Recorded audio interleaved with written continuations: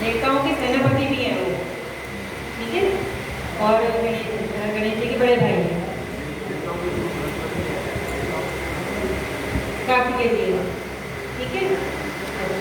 और इंद्रदेव का क्या वाहन है? एलिफेंट का नाम क्या है? ऐरावत। इनका नाम ऐरावत, ठीक है। और सूर्य देव का वाहन? हाँ, 7 घोड़े वाला रथ।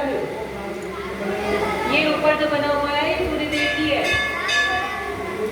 इसमें 7 घोड़े जो है, आप देखते हैं जब इंद्रधनुष बनता है तो 7 रंग निकल के आते हैं, वो 7 रंग, वो घोड़े जो है वो इंद्रदेव के रंग के खींचते हैं। इंद्रधनुष पता है क्या होता है? रेनबो। तो जब दौड़ शुरू हुई तो अब गणेश जी ने क्या किया?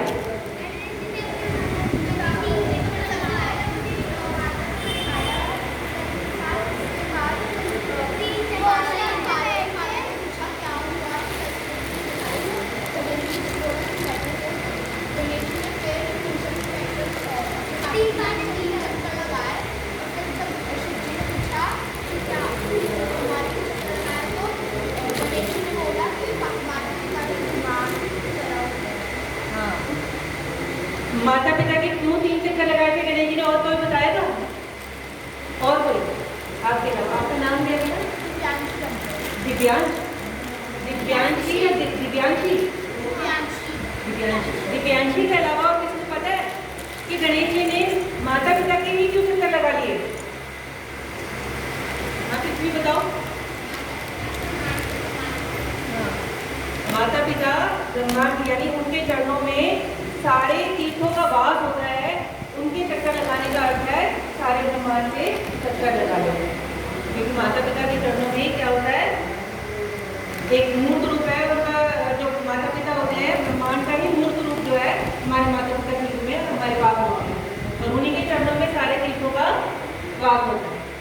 तो उनके चक्कर लगाना यानी पूरे ब्रह्मांड के चक्कर लगाना वो बराबर है।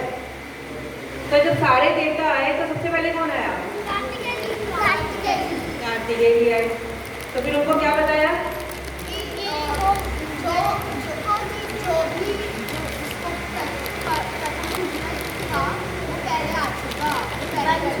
बन चुका। तो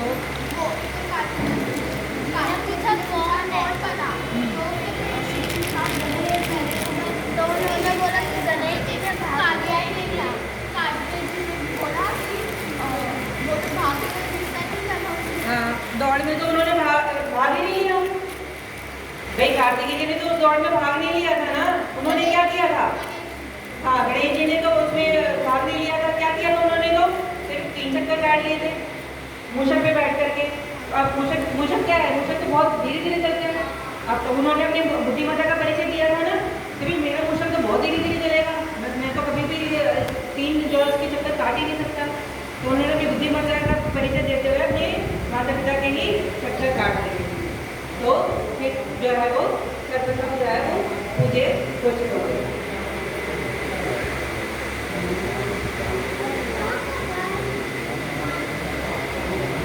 तो गणेश जी क्या है? प्रथम पूजे। और उनको किन किन नामों से पुकारा जाता है?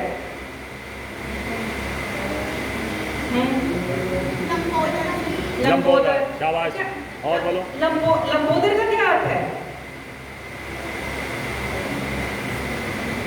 लंबा है उदर किसका? समास पढ़ रखा है, बड़े बच्चे तो समास पढ़ते होंगे। लंबा उदर मीन्स पेट, क्योंकि माता पार्वती जो है बहुत ही स्वादिष्ट खाना बनाती थी, और जो उनका प्रिय वो है भोजन, वो क्या है? लड्डू, मोदक भी, लड्डू भी बहुत प्यार से खाते हैं। अभी जब भगवान को भोग चढ़ाते हैं तो लड्डू चढ़ाते हैं ना, तो माता पार्वती क्या था? वो तो अन्नपूर्णा देवी है, उनके हाथ से जो भोजन बनता था उनकी तो रुका ही नहीं जाता था। वो थाल बना के रखती थी और वो सारा थाल खा जाते थे। तो शिव जी ने एक बार कहा भी कि इतना मत खाया करो, तुम लंबोदर हो जाओगे। और वही हुआ, वो खा के उनका लंबा उदर हो गया और उनका नाम क्या पड़ गया? लंबोदर। लंबोदर का मतलब समझ में आ गया? तो उनका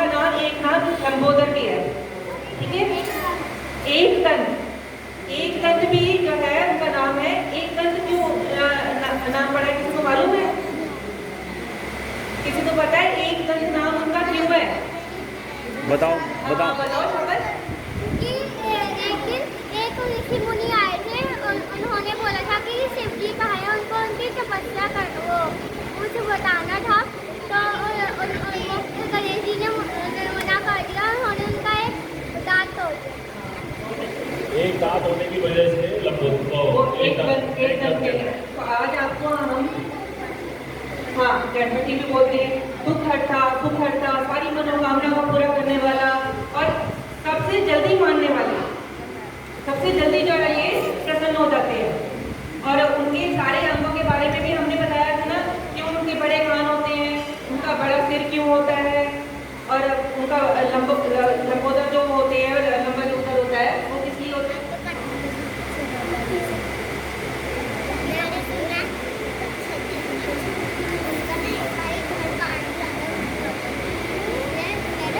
बेटे ऐसा है, ये जो गणेश जी का जो लंबोदर नाम रखा है, लंबा जो पेट रखा है या मोटा पेट रखा है, मोटा पेट होने का भी कारण है उनका ये संदेशा है कि हमें समाज के अंदर, बेटे सुनो, सुनो, ध्यान से सुनो बेटा, ध्यान से सुनो।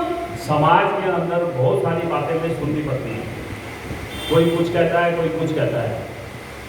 उसको क्या है कि हमारा मोटा पेट, उनका मोटा पेट होने का कारण था कि जितनी समाज के अंदर जितनी भी बुराइयां हैं उसको अपने पेट में छिपा के रखो। कारण क्या है कि जो लोग समाज के अंदर कहते हैं, आप अच्छा कहते हैं या बुरा कहते हैं, उसको अपने पेट में रखो, उसको बाहर मत निकालो, ताकि वो पेट में रहेगी तो वो वहीं रह जाएगी। क्योंकि निकालोगे तो मुँह, जब भगवान का ये कहते हो, एक में वो कहते हैं ना, जब कान बताए कि आपको कान पड़े हैं, ऐसे पेट भी पड़ा हुआ वह समाज की बातें सुनकर अपने पेट में रखो, बोलो वही जो उचित हो, विवेकपूर्ण बोलो, सुनो सबकी, कहो मन से, ढंग से, उचित जो बात है वही करो। ये कारण है इसका। सारी अच्छी बुरी बातों को अपने पेट में ही रख लो, निकलो मत इसको। हाँ, कभी भी ये नहीं कि हाँ किसी ने आपसे बुराई कर दी तो आप 10 कानों में जाकर के उनके जो है पाप कर रहे हो, उनके बुराइयों को आगे बढ़ा रहे हो। नहीं, वो अपने पेट तक ही सीमित रहो, ठीक है? उनके हाथ में एक अंकुश है, आप देखते हो एक आदमी वो है नुकीला सा पदार्थ चीज है, वो क्या है? अंकुश क्या है? अंकुश है, हमें अपनी बुराइयों पे अंकुश लगाना चाहिए। यानी हमारे जो मन की जो वृत्ति है, जो बड़ी चंचल है, उनको कंट्रोल करने के, उनको नियंत्रित करने के लिए हमें अंकुश जो है हमेशा लगा के रखना चाहिए। यानी उनको भटकने नहीं देना चाहिए कि जरा सा भी मन ललचाया, किसी की अच्छी चीज़ देखी, भाई इसको चुरा लूँ क्या? मन में ये चीज़ें, इस तरीके की भावना जो है बिल्कुल भी नहीं आनी चाहिए। और बुराइयों पे अंकुश जो है वो लगा के रखना चाहिए। लालच नहीं करना चाहिए, किसी की चीज़ देख करके ललचाना नहीं चाहिए, ठीक है? तो अपने इंद्रियों को क्या करना है, हमें संयमित जीवन में रहना है, यानी उनको नियंत्रित करके रखना है, ठीक है? तो किसी भी बुराई की तरफ हमने ध्यान नहीं देना, उनको नियंत्रित करके रखना है, ठीक है? तो उनकी मूर्ति से हमें कई सारी चीज़ें जो है वो हमें सीखने को मिलती है, उनके रूप को देख करके। और बेटे देखो, राम जी के समय भी राक्षस थे, कृष्ण जी के समय भी राक्षस थे, और आज के समय भी राक्षस मीन्स जो आतंकवादी जिसे बोलते हो, जो बुरे कर्म करने वाले हैं, वो एक तरह के राक्षस हैं। अधर्म के रास्ते में चलने वाले वो राक्षस ही कहलाते हैं। उस समय उनका नाम राक्षस दिया गया, आजकल हम उनको आतंकवादी कहते हैं, क्योंकि मॉडर्न समाज की वजह से उनको हम आतंकवादी कहते हैं। वो पहले जो है राक्षस हुआ करते थे, वो भी आतंक फैलाया करते थे। उनका काम क्या था? उनका काम भी ऋषि मुनियों को कम करना, उनका कत्ल करना, उनको मारना, और मानवता के दुश्मन। मानवता के दुश्मन का मतलब वो मानव को किसी भी तरीके से फलने फूलने नहीं देना चाहते थे, ना उसको पढ़ने लिखने देना चाहते थे, और जो है उनका किसी भी तरीके से कल्याण नहीं देखना चाहते थे। वो चाहते थे सिर्फ हमारा जो है वो सर्वस्व हो। और दूसरी बात है बेटे, उस समय भी जो है बुराई के ऊपर अच्छाई की जो है जीत होती है। आज भी ऐसा ही है, हमें भी जो है बुराई का रास्ता छोड़ के अच्छाई की तरफ बढ़ना चाहिए। क्योंकि हमेशा अच्छाई की जीत होती है, बुराई की हमेशा हार होती है। बुराई लगती बहुत अच्छी है कि वो फलाना देखो वो कितने बुरे कर्म करता है, देखो कितना फल रहा फूल रहा है। ऐसा लगता है ना कितना सुखी है वो, कितने पैसे वाला है। जबकि पैसा होना कोई सुख का वो नहीं है साइन, तो जो चिन्ह है वो सुख का चिन्ह नहीं है कि हाँ उसका पैसा है तो बड़ा सुखी है। संतुष्टि होनी बहुत जरूरी है। जिसके जीवन में संतुष्टि है वही सुखी है, चाहे एक झोपड़े में रहने वाला है चाहे एक महल में रहने वाला है। महल में रहने वाला भी उसके पास बहुत सारा पैसा है, लेकिन अगर उसके पास संतुष्टि नहीं है, उसके पास लोभ है, कामनाएं है खूब सारी कि मैं और पैसा कमाऊं और पैसा कमाऊं। और किस लिए पैसे कमाऊं? कि मेरे साथ पुश्ते जो है बैठ कर के खाएं। साथ पुश्ते किसी ने देखी है? कल क्या हो जाएगा कल का कुछ भरोसा नहीं है। और साथ पुश्तों की सोच करके बैठ जाते हैं, साथ पुश्ते बैठ करके खाएंगे, इतना हम धन छोड़ के चले जाए। जबकि ऐसा नहीं होना चाहिए। क्यों? क्योंकि जो बेटा होगा पूत कपूत तो काल धन सांचे, पूत सपूत तो काल धन सांचे। इसका मतलब क्या है कि अगर बेटा सपूत है, सपूत मतलब अच्छे कर्म करने वाला है, पढ़ने लिखने वाला है और अच्छी उसकी जॉब लगने वाली है, तो इतना धन जोड़ने की जरूरत क्या है? अब पूत कपूत तो काल धन सांचे,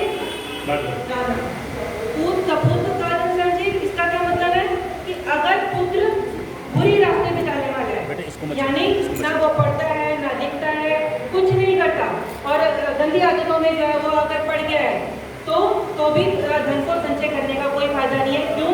क्योंकि बुरे व्यसनों में वो सारा धन खर्च कर देगा। यानी जुआ में, शराब, जो भी बुरे व्यसन है, बुरी आदतें हैं, उसमें वो धन खराब कर देगा। तो ये धन जो संचय करने का जो एक वो है कि हाँ मैं 7 पुश्तों तक जो है वो धन को संचित करके रखूं, तो उसका कोई फायदा नहीं है। तो लोभ, कामना वगैरह जो है ये सारे नाक नरक के फल।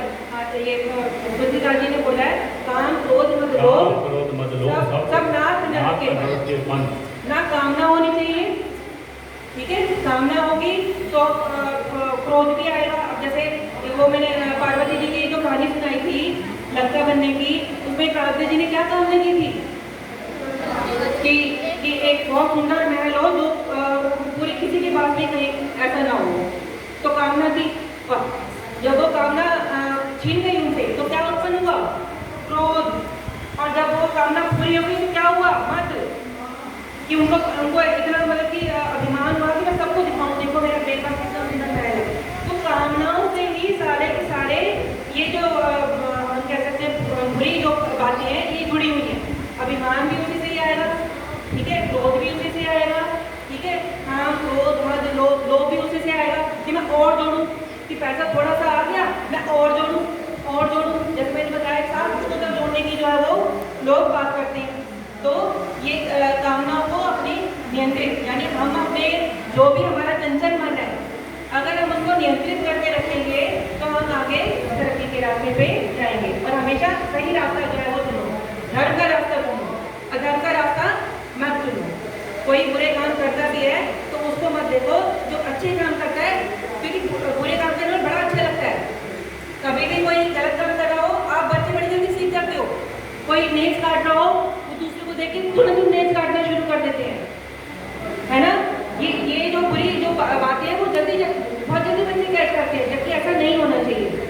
बल्कि अच्छी बातों को जो है आपने कि वो कोई अच्छा पढ़ने वाला है, वो बहुत बुद्धिमान है, किस तरीके से वो पढ़ाई करता है, आप वो सीखो, ठीक है? बजाय उसकी बुरी आदतों को जो है वो देने के आप अच्छी बातें सीखो। हमेशा धर्म की विजय होती है। धर्म से और मेहनत से कमाया हुआ पैसा ही आपको सदुपयोग मिलता है, वो अच्छा रहता है।